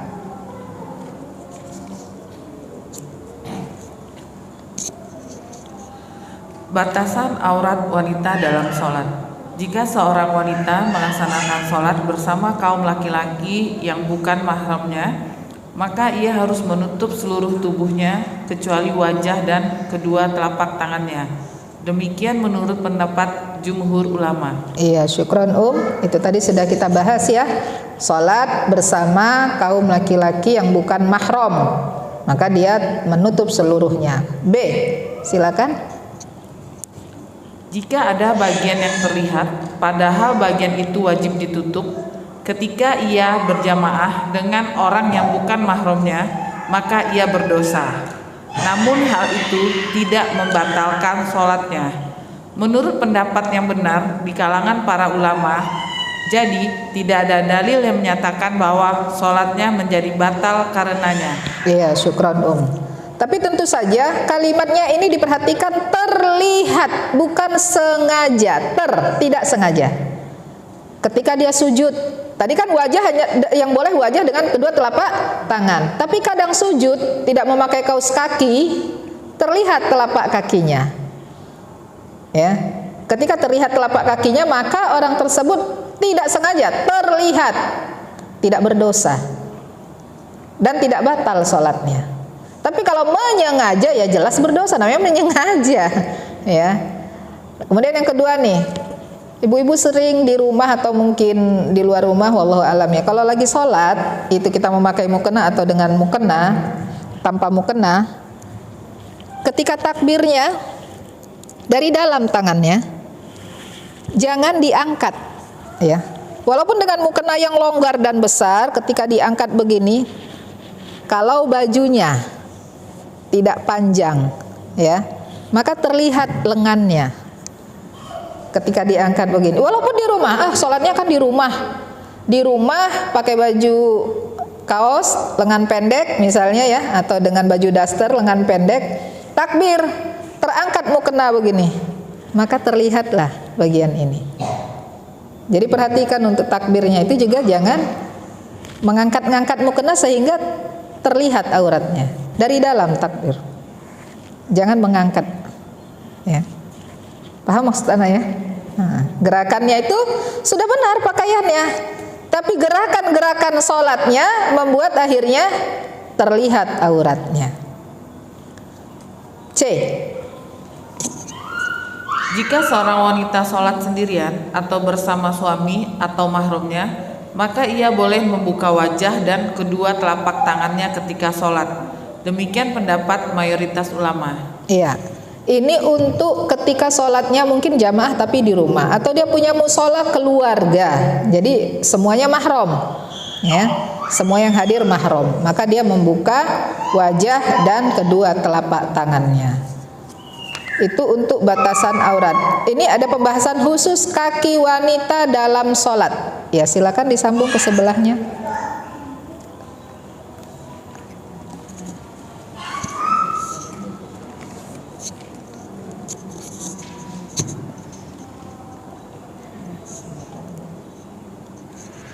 Adapun tentang rambut wanita, bukan ya, kaki. Yang kaki wanita dalam sholat itu diriwayatkan dari hadis Ummu Salamah. Kaki wanita dalam sholat diriwayatkan dalam hadis Ummu Salamah bahwa ia pernah bertanya kepada Nabi Muhammad SAW, apakah seorang wanita melaksanakan sholat dengan mengenakan baju kurung dan kerudung tanpa memakai sarung. Maka beliau menjawab, Jika baju kurung berbentuk panjang atau lebar sehingga menutupi punggung dua telapak kakinya, maka ia boleh sholat dengannya. Akan tetapi hadis ini dhaif. Ya, lanjutkan. Udah, Masih lanjutkan. Asy-Syafi'i berkata dalam kitab Al-Um 177, setiap bagian tubuh wanita adalah aurat, yakni ketika melaksanakan sholat, kecuali wajah, telapak tangan, dan punggung telapak kakinya. Iya, syukran sampai situ. Jadi untuk membandingkan hadis yang pertama dengan punggung telapak kaki yang mengatakan bahwa tidak mengapa. Kalau yang pertama mengatakan tidak boleh, yang kedua tidak mengapa menurut Imam Asy-Syafi'i. Punggung telapak kaki itu mana, Bu? Atas apa bawah? Atas. Ya. Kadang kan yang terbuka itu atas, kalau bawah nggak terbuka karena nepak di lantai kan. Kapan yang telapak ini terbuka? Ketika sujud. Baru biasanya dia suka tersingkap begitu ya, walaupun sudah pakai kain yang panjang. Hadis tadi, apakah boleh dia tidak memakai kaos kaki apabila sudah memakai pakaian yang berbentuk panjang lebar sehingga menutupi punggung kedua telapak kakinya? Kalau kita kan pakai itu 3 kadang, mukena, baju, sarung gitu ya. Sedangkan ini maksudnya hanya 2, dari atas hanya mukena atau kain untuk menutupi kepala yang lebar dan panjang begitu, kemudian pakaiannya, bajunya sampai ke kakinya dari mata kaki sejengkal. Ya, dari mata kakinya sejengkal. Apakah itu sudah cukup untuk pakaian dia sholat tanpa menutupi lagi kain di bawahnya? Jadi nggak pakai kain lagi dari pinggang ke bawah, cukup. Apabila bajunya memang sudah panjang, jadi gamisnya itu sudah dari bahu sampai ke bawah, bahkan dari mata kakinya lebih lagi, cukup untuk dia sholat. Tidak mesti memakai kain sarung lagi. Ini apabila terlihat dia sudah berusaha menutupinya, maka tidak mengapa, tidak membatalkan sholatnya. Berikutnya menghadap kiblat jika mampu. Halaman 93. Menghadap kiblat jika mampu. Kalimatnya ada kata jika mampu. Ada syarat dan sah sholatnya apabila memenuhi syaratnya. Apabila tidak terpenuhi maka tidak sah. Tapi jika tidak mampu, sah sholatnya. Sudah berusaha nyari kiblat, sudah berusaha pakai kompas ya, semacam kompas lah, kadang ada di handphone juga ya, untuk mencari arah kiblat. Ada jadwal sholat, ada kompas. Nah, sudah berusaha. Ya, alhamdulillah sudah yakin, sudah usaha, oh ke sana, sudah yakin sholat. Ada yang ngasih tahu salah. Ternyata salah. Jika seperti itu sah sholatnya. Dia sudah berusaha. Bahkan nggak punya kompas, dia berusaha keluar ngelihat matahari. Oh, matahari condong ke arah mana? Ke arah barat tidak. Lalu dia ikuti. Ya. Kemudian dia sholat. Ada yang memberitahu, oh salah. Atau matahari tidak dapat. Kompas nggak punya, mataharinya tertutup awan, melihat bayang-bayangan pohon tidak bisa, misalnya tidak dapatlah petunjuk-petunjuk untuk mendapatkan kiblat, maka dia tidak menghadap ke arah kiblat ketika dia sholat, tapi dia berusaha menghadap ke kiblat, cari. Ternyata tidak ada yang ngasih tahu setelah sholat tadi begini-begini, dan kemudian dia sudah selesai dari sholatnya, salah kiblatnya. Atau kata jika mampu di sini sholat di atas kendaraan. Ya, sulit menghadap kiblat, mobilnya nanti belok ke sana, mutar balik dan sebagainya. Tidak bisa menghadap kiblat. Maka ini dikatakan jika mampu menghadap kiblat, jika tidak tetap sah sholatnya. Halaman 94. Sholat tidak menghadap kiblat dibolehkan dalam 2 keadaan. Yang pertama, sholat sunnah di atas kendaraan, dan yang kedua dalam keadaan sangat takut. Ini dua keadaan ini adalah menyengaja, bukan tidak menyengaja. Kalau tadi sengaja mencari dulu, berusaha dulu. Sudah berusaha ternyata salah, tidak sengaja salahnya, dia udah usaha. Adapun yang tidak menghadap kiblat dibolehkan, udah tahu arah kiblat ke sana, tapi dia tidak menghadap ke sana. Karena sholat sunnah yang pertama. Yang kedua, dikarenakan sholat dalam keadaan sangat takut, sholat dalam keadaan perang. Sholat dalam keadaan berhadapan dengan musuh, ya, ini sangat takut. Atau sholat ada yang ngasih tahu dari sana ada binatang buas, biasanya keluarnya dari arah sana. Jadi kita kalau menghadap kiblat nanti nggak kelihatan binatang buasnya keluar misalnya, sangat takut. Ya, ini diperbolehkan walaupun tahu itu tidak arah ke kiblat. Yang keenam, niat. Ya, menjadi syarat sah salat adalah niat. Silakan tafadhali. 6. Niat. Agar salatmu diterima atau sah, engkau disyaratkan berniat, memantapkannya dalam hati, baik untuk salat fardu maupun sunnah. Berikut ini beberapa penjelasan yang perlu diketahui. 1. Tidak ada perbedaan pendapat di kalangan ulama bahwa tempat niat di hati, bukan pada lisan atau diucapkan, dan ini berlaku untuk seluruh ibadah termasuk sholat. Iya, syukran Untuk niat sholat biasanya kalimatnya apa tuh? Kalau niat puasa, nawaitu. Kalau niat haji, labbaik Allahumma hajjan au umrotan, yang itu ya, di hati. Ya, maksudnya di hati itu gimana? Oh, jangan bersuara, pokoknya dalam hati nawaitu shauma ghadin, misal puasa begitu ya. Kalau sholat berarti dalam hati aja ngucap usolli fardhu dhuhri, itukah yang dimaksud? Jadi ketika kita wudu, mengambil pakaian sholat kita, membentangkan sajadah kita, oh di sana kiblat, lalu membentangkan, itu kan tujuannya karena mau sholat. Udah itu niat itu, udah niat itu. Karena sudah aktivitasnya, gerakannya ingin akan melaksanakan sholat, udah niat. Makanya niat itu disertai dengan action, gerakan. Kalau nggak disertai, misal haji, kok nggak berangkat sih? Iya niat sih, tapi belum. Rizkinya banyak, hampir tiap tahun liburan sekolah, tahun ini ke Jepang, tahun depan ke Australia, tahun depannya lagi ke Paris. Ya, kok hajinya belum? Iya nih udah niat sih. Ya itu belum niat. Niat itu sertai action. Sudah niat itu, hati. Ya. Kalau lisan dengan hati itu kuat, niat itu hati. Buktinya ada orang kan ngomong tapi nggak dari hatinya. Ngomong, kok tadi kamu ngomong gitu? Ya itu diomongan aja, di hati sih enggak. Yang kuat itu di hati, bukan di lisan. Bahkan sholat, ucapannya pernah tuh pengalaman, usolli fardhu dhuhri arba'a raka'atin, padahal dia sedang berdiri untuk sholat asar. Tapi yang diucapkan usolli fardhu dhuhri arba'a raka'atin. Padahal dia berdiri nih, hatinya bilang mau sholat asar. Jadi niat itu di hati, bukan di lisan. Ya. Tapi katanya, kata siapa ini? Lisan itu menguatkan apa yang di dalam hati. Makanya setiap kita itu disuruh ikrar. Ada orang mau nikah, akad dalam hati aja. Kan niatnya di hati, dia niat nikah. Bedakan mana akad ikrar dengan niat. Kalau akad memang harus diucapkan. Ada ikrar. Orang bersyahadat dalam hati aja.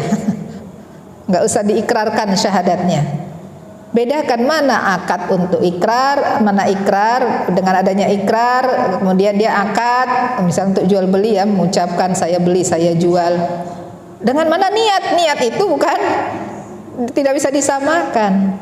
Nah, jadi niat di hati. Itu pendapat yang pertama, lagi kita bahas yang kedua.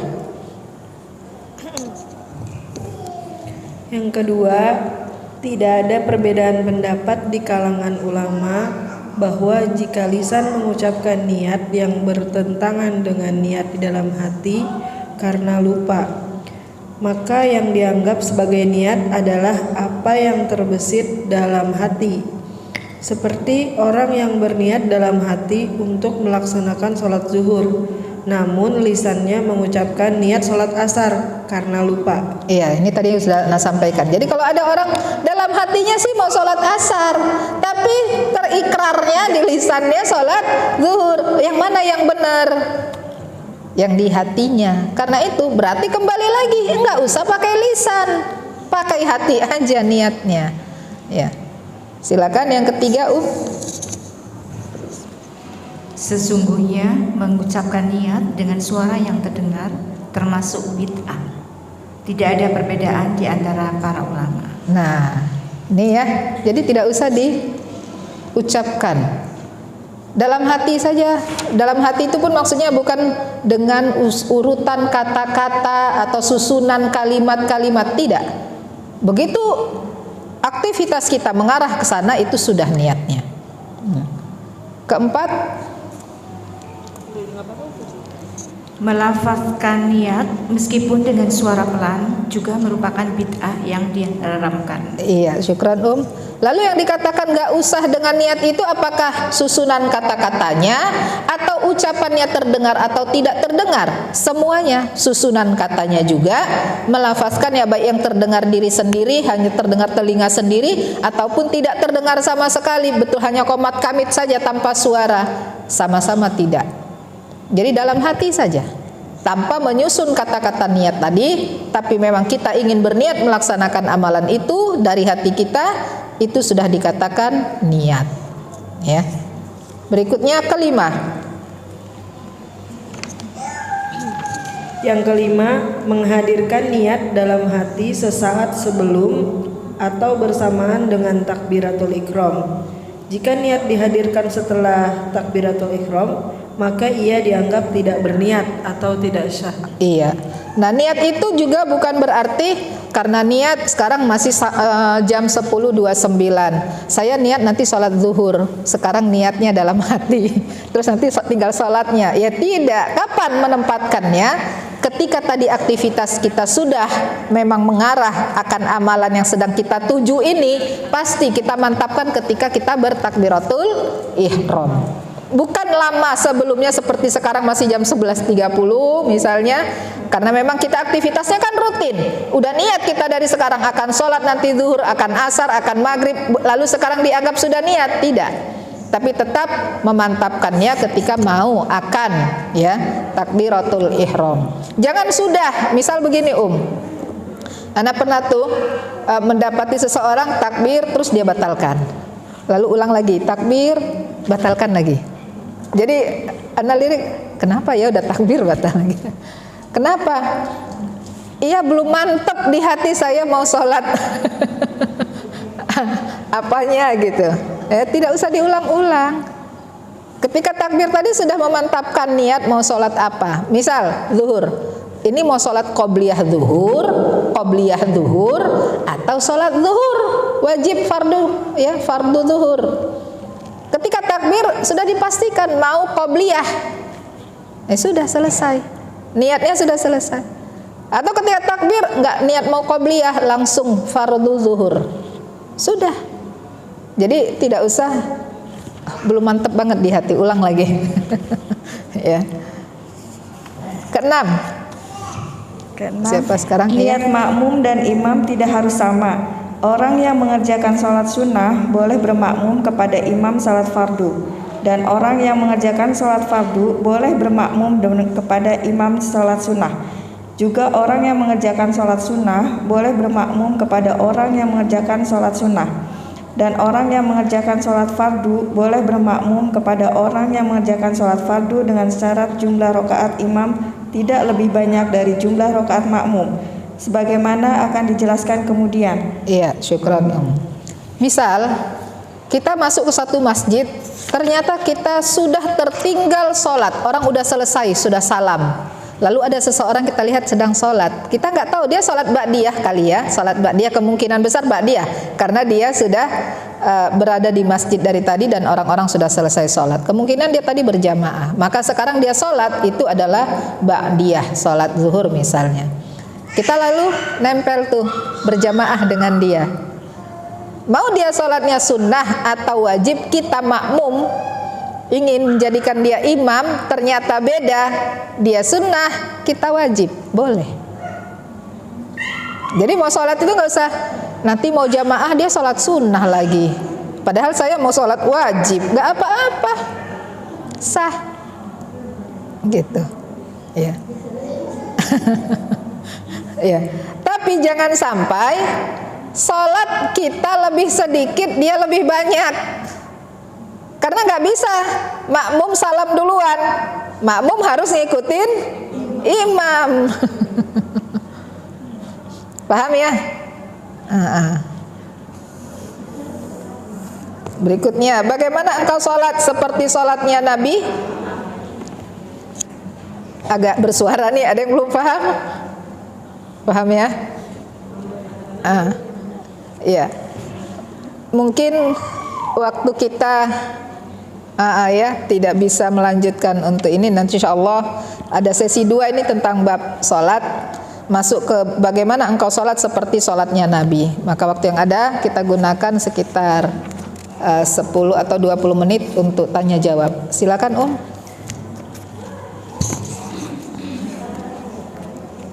Ya. Mic-nya tadi ada di situ, iya. Assalamualaikum warahmatullahi wabarakatuh. Waalaikumsalam warahmatullahi wabarakatuh. Tadi menyangkut waktu yang dilarang untuk sholat sunnah. Oh iya. Kadang-kadang di masjid itu ada kajian subuh, Ustazah. Ada apa? Kajian subuh. Oh, kajian subuh. Ba'da subuh ya? Iya. Sedangkan saya kadang-kadang ke masjid itu sholatnya di rumah dulu. Oh. Iya. Mengikuti kajian baru ke masjid. Iya. Nah, sampai di masjid, apakah saya boleh melakukan sholat tahiyatul masjid? Oh iya. Iya. Sedangkan kan itu waktu yang dilarang gitu. Iya. Ya, itu aja Ustaz. Terima kasih. Iya. Waalaikumsalam. Jadi ketika seseorang masuk ke masjid pas sedang waktunya yang dilarang, itu hanya sekitar 10 menit, ya, hanya sekitar 10 menit, tidak lama. Maka kalau ingin mendengarkan, misalnya masih di terasnya, belum masuk ke dalamnya, dan terasnya luas gitu ya, lalu ingin masuk ke dalamnya yang memang areal untuk perempuan itu ada disediakan di dalam, ya. Kalau mau sholat karena waktunya sebentar kok, itu 10 menit itu sebentar kan ya. Jadi kita tunda dulu sampai hilang waktu yang dilarang tadi. Ya. Jadi bisa tetap mendapatkan fadilah dari sholat tahiyatul masjid karena tidak lama. Tapi kalau datang masih setelah ba'da subuh nih ya, tapi belum masuk warna yang kemerahan menuju mau terbit, menuju mau syuruk, masih bisa sholat tahiyatul masjid. Karena biasanya kajian subuh itu betul-betul cepat ya, maksudnya tidak menunggu jamaah berlama-lama. Jadi benar-benar selesai sholat subuh karena tidak ada ba'diyah, zikir sebentar, mulai kajian. Jadi matahari itu masih terlihat malam, masih terlihat gelap, belum ada keluar mataharinya, itu masih bisa. Ya. Jadi yang menuju syuruk yang 10 menit paling atau 15 menit itu yang sudah dilarang karena matahari sudah kemerah-merahan. Di situ yang menahannya, tidak sholatnya. Ya, jadi masih bisa sholat tahiyatul masjid kalau apalagi mengikuti kajian subuh. Ya, masih dapat, belum masuk waktu yang dilarangnya. Iya. Iya, syukur Ustaz. Iya, Ada lagi?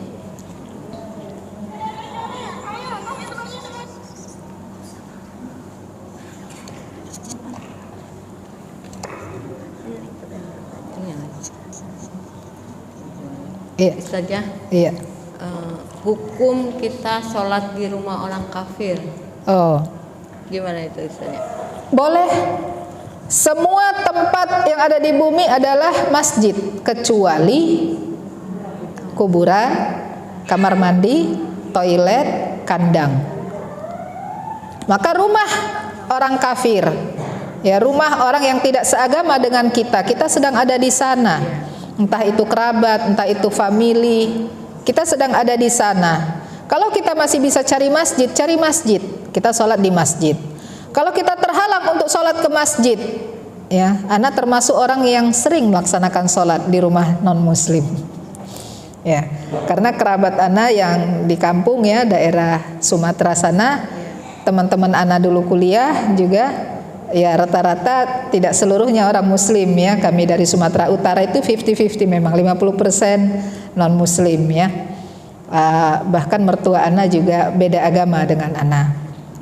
Ya, jadi mudah-mudahan mereka dapat hidayah ya. Jadi ya ana sholat di rumah mertua. Tapi kalau ada di depan kita salib, gambar Yesus, patung, hindarkan dulu. Pindahkan. Iya, kalau misalnya pas arah kiblat lah salibnya. Cari arah yang lain. Maksudnya jangan arah kiblatnya yang diputar, jangan. Maksudnya jangan searah dengan patung, searah dengan salib, searah dengan sesembahan mereka. Ya. Jadi cari bergeserlah, gitu. Boleh, ya, asal kalau memang tidak ada masjid. Kalau ada masjid, tapi jalan mau ke sana, kemudian ya terhalanglah kita mau ke sana ya, maka sholat di situ boleh, tidak masalah. Ya. Pernah mendengar beberapa masjid di Amerika dibeli oleh orang Muslim? Masjid, gereja dibeli oleh orang Muslim lalu dijadikan masjid tanpa mengubah bangunan. Tidak mengubah bangunan, hanya menurunkan gambar salib dan lain-lain. Bahkan ada satu gereja yang jendelanya kaca patri. Jendelanya itu kaca patri yang berwarna-warna itu ya. Dan salibnya masih ada gitu di patri di situ. Nah, saat itu mereka baru membeli, belum merenovasi seluruhnya karena memang jendela itu adanya seperti di sinilah, di samping tidak tepat di depannya, tidak mengarah ke kiblatnya, ya silahkan. Jadi berarti di situ sudah diadakan sholat berjamaah, tapi di sampingnya jendelanya masih ada bentuk gambar salib. Ya, nah itu boleh asal tidak menghadap ke arah kiblat. Ya, kiblatnya tidak, yang mengarah ke arah kiblatnya tidak salib, patung atau gambar-gambar Tuhan mereka. Ya. Iya. Saya dulu ya. Ada lagi? Bismillah, Ustazah. Iya. Kalau sholat di depan pintu kamar mandi gimana? Soalnya di kamar, di ruang tengah gitu selalu ada kamar mandi. Iya. Jadi pas di samping kamar mandi ya? Iya, di sampingnya. Iya, di sampingnya. Atau tidak depan pintu kan, di ruang tengah itu langsung ada kamar mandi tuh. Bisa kalau berjamaah kan pasti di depan pintu kamar mandi. Iya. Kamar mandi turun ke bawah.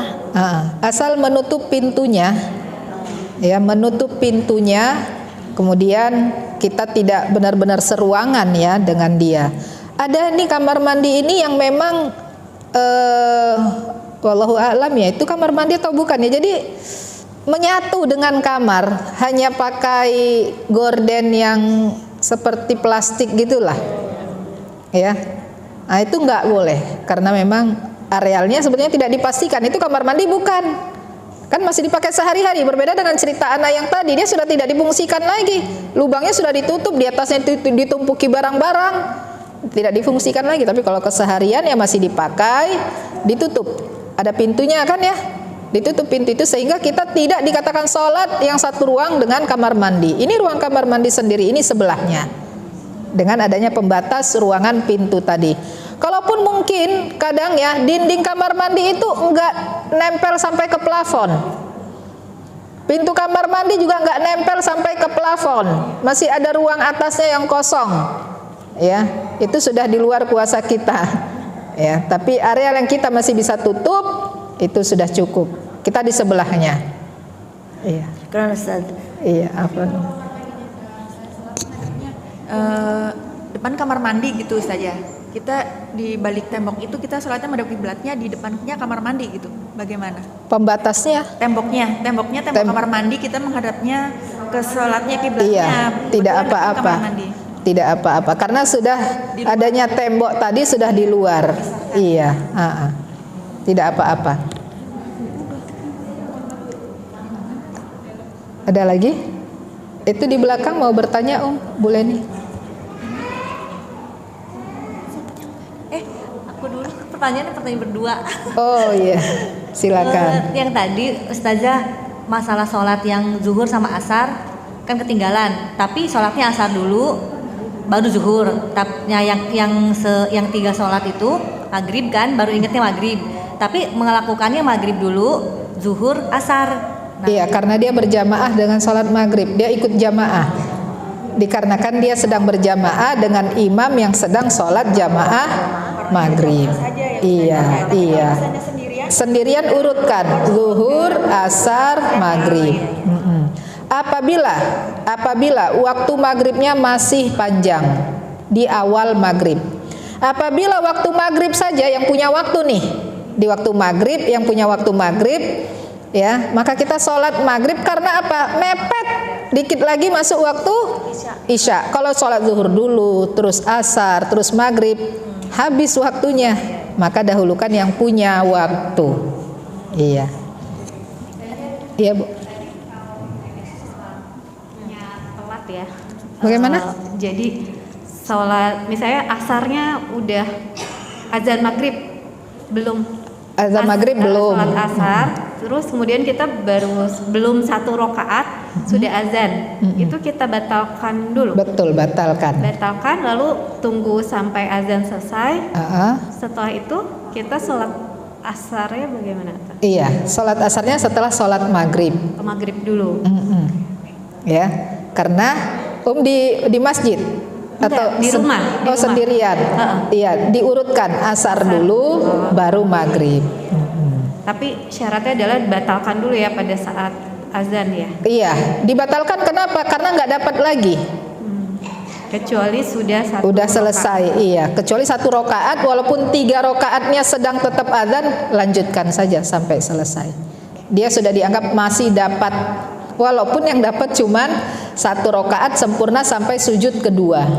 Sempurna sujud kedua. Ya, silakan Ibu. Ustazah, Afwan mau tanya, kalau lagi safar, yang Anda pernah dengar, kalau kita lagi safar misalnya ke luar Jawa, perjalanan kan bisa 10 jam. Kalau misalnya pas waktu zuhur, kita jamak zuhur sama asar gitu, Ustazah. Tapi ada misalnya di satu rombongan dia ngomongnya gini, Ustazah, saya lebih senang sholatnya tiap waktu di tol, di rest area terus menerus.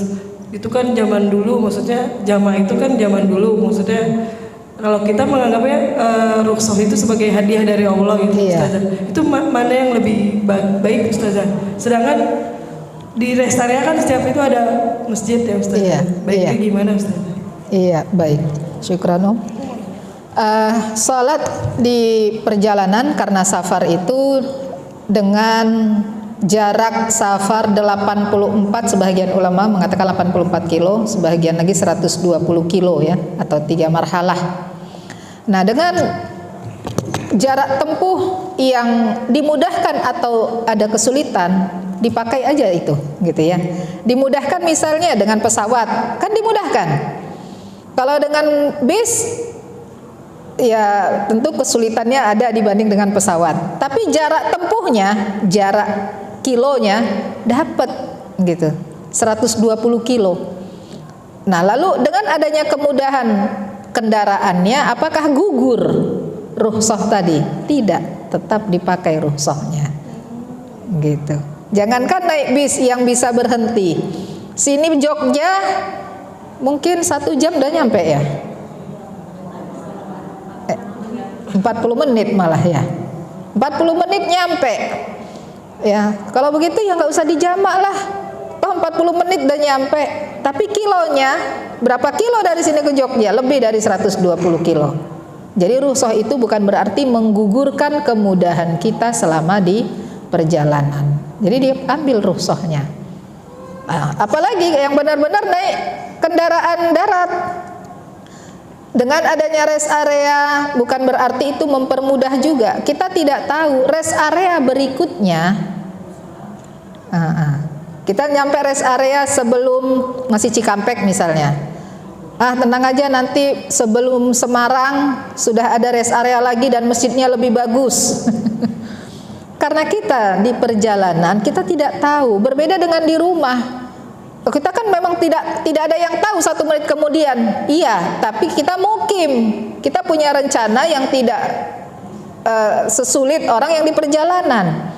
Entah itu nanti di jalan dia ada kendala apa dengan kendaraannya, kita nggak tahu. Jadi alasan memberi rukhsah itu karena Allah memberi keringanan kepada kita, baik diri kita, kendaraan kita, keadaan perjalanan yang sedang akan ditempuh, itu masalahnya, sehingga Allah tidak ingin mempersulit kita. Allah memberikan kepadamu kemudahan, tidak memberi kamu kesulitan. Yuridullahu bikumul yusra wa la yuridu bikumul usr. Jadi karena itu ambil rukhsahnya itu lebih baik, walaupun kita tahu di sana masjid lebih enak. Kadang rest area itu kan berlomba kenyamanan para pengunjung juga ya. Pelayanannya alhamdulillah semakin ditingkatkan. Tapi karena ini kita ambil rukhsah itu lebih bagus. Selain kita mencintai apa yang dilaksanakan oleh Rasulullah dan para sahabat ya, dan juga untuk kebaikan diri kita dan jamaah yang lainnya. Ya, kecuali belum nyampe. Misal nih dari sini ke Masjid Ta'awun Puncak ya, ada seseorang mau rekreasi, memang tujuan rekreasinya masjid. Misalnya orang-orang datang ke Masjid Ta'awun di Puncak, itu kan jadi kayak tempat rekreasi ya masjid itu. Bolehkah nanti kita di sana sholatnya, sholat zuhur jamaah asar? Berangkatnya dari mana? Nyampe enggak 120 kilo atau 84 aja? Itu kan 120 tertingginya tuh. Yang di bawahnya mana? 84. Dulu tahun berapa katanya? Ana lupa tahunnya. Tapi sebelum adanya tol dari Kampung Rambutan sampai terminal Kampung Rambutan ya, sampai titik lewat dari Masjid Ta'awun itu apa ya, ada satu hotel yang dijadikan titik puncak pas, iya syukran puncak pas. Itu dulu dari titik terminal Kampung Rambutan sampai puncak pas 90 kilo. Tapi perjalanannya lewat Jalan Raya Bogor, Cibinong, lalu masuk ke perbatasan Simpang 3 Ciawi. Itu hitungannya 90 kilo. Boleh ya. Tapi kalau sekarang lewat tol ternyata 67 kilo. Masuk terminal Kampung Rambutan tuh keluar ya, tol Jagorawi, terus masuk tol Cibubur, itu 67 kilo ya. Masih jalan darat nih. Maka sampai puncak pas 67 kilo. Itu kalau jalannya lewat terminal Kampung Rambutan. Orang yang berangkatnya dari Cibubur berkurang lagi tuh. Jadi tinggal macetnya tidak dihitung kilo. Macetnya nggak dihitung kilo. Ya. Jadi kalau seperti itu berarti belum dikatakan untuk mengambil rukhsah karena belum nyampe 84 kilo, masih 67. Jarak yang dilihat jarak. Ya. Kendala macet, sholatnya di kendaraan. Iya. Itu pun di kendaraan apabila sulit mendapati masjid, sulit mendapati tempat untuk berhenti. Kalau di jalan tol macet, walaupun jarak cuman 20 kilo kadang ya, tapi karena dari ujung ke ujung kecepatan mungkin berapa kilometer per jam ya, baru gas rem lagi.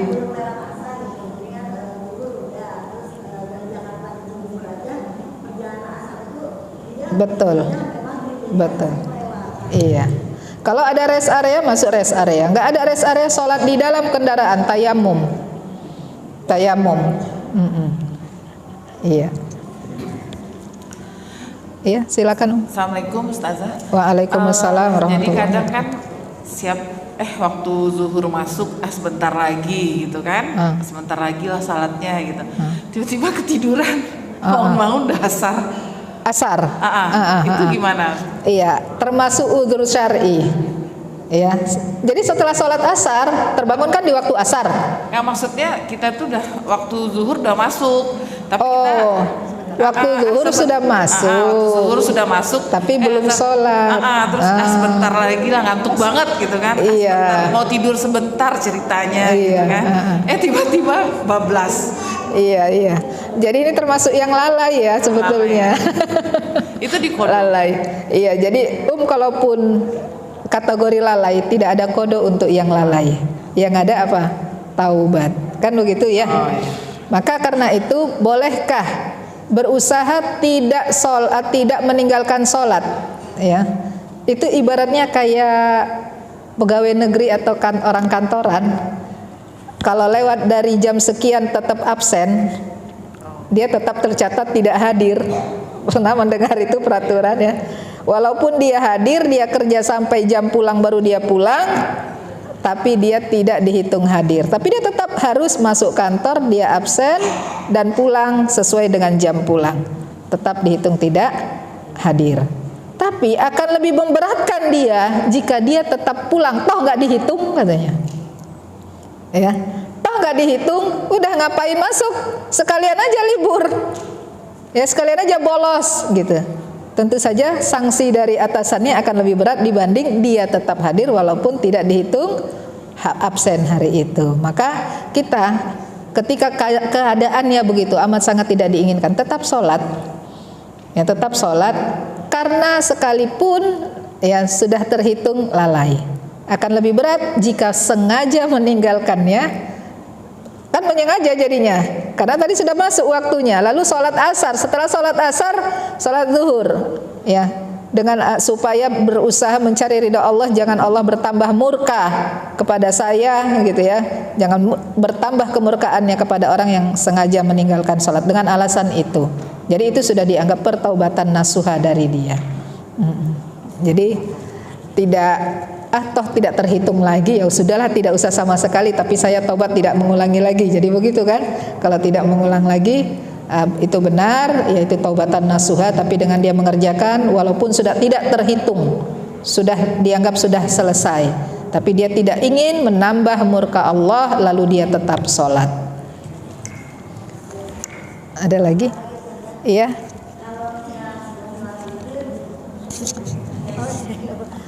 Baru sholat witir ini Ustazah, udah 1 rakaat. Memang sholat witir 1 rakaat yang penutup. Itu keburu adzan, batalin apa lanjutin? Sholat witir subuh berarti ya, adzan subuh. Iya. Sudah selesai. Udah dapat 1 rakaat belum? Enggak, maksudnya lagi berdiri gitu baru Fatihah. Iya. Batalkan. Iya. Batalkan. Karena kalau 1 rakaat untuk sholat witir bisa 1 rakaat. Ya, sah 1 rakaat sholat witir, 1 rakaat itu sah, boleh. Hanya belum 1 rakaat maka selesai, batalkan. Batalkan ya. Iya. Adapun untuk sholat sunnah iqomah ya, sholat sunnah lalu iqomah itu juga batalkan ya. Sholat sunnah misal qobliyah, mau ikut berjamaah nih, mau ikut berjamaah sudah 1 rakaat atau 2 rakaat, misalnya yang sholat sunnah qobliyah zuhur deh kan 4 rakaat ya, agak banyak. Ketika sedang 2 rakaat iqomah, batalkan. Walaupun udah dapat 2 rakaat, tadi yang 1 rakaat aja lanjutkan, apalagi ini 2 rakaat gitu kan, batalkan.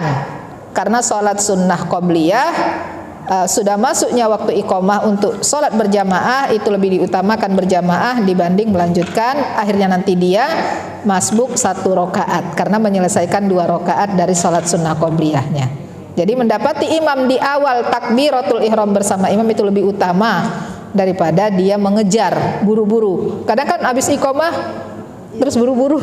Benar sholatnya. Ya. Langsung buru-buru. Iya. Ada lagi yang Ada lagi? Iya, silakan. Assalamualaikum Ustazah. Waalaikumsalam. Kalau misalnya sholat isya, batas waktunya sampai kapan sih Ustazah? Pertengahan malam. Jam 12 malam? Iya. Karena pernah ketiduran terus bangun jam 1. Iya, tidak apa-apa karena alasan tertidur. Satu lagi, kalau misalnya udah sholat isya di awal, kemudian lupa bangun langsung jam 4 let's say, terus bangun langsung sholat lagi isya karena lupa kayaknya belum sholat isya, terus sholat lagi, itu gimana Ustaz? Dengan harapan supaya daripada memang belum sholat sama sekali sehingga melalaikan sholat gitu ya, lagi-lagi karena tertidur dan lupa, silahkan. Walaupun jam 4 udah sebentar lagi sudah subuh, jam 4.24 kalau saya tidak salah sekarang, 24 menit lagi subuh.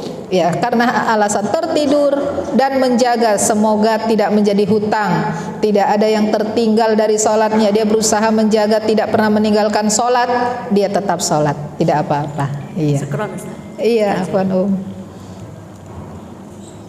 Baik, insya Allah kita lanjutkan pada pertemuan yang akan datang, sholat sesi 2. Bagaimana engkau sholat seperti sholatnya Nabi? Ini maksudnya adalah tata cara sholat.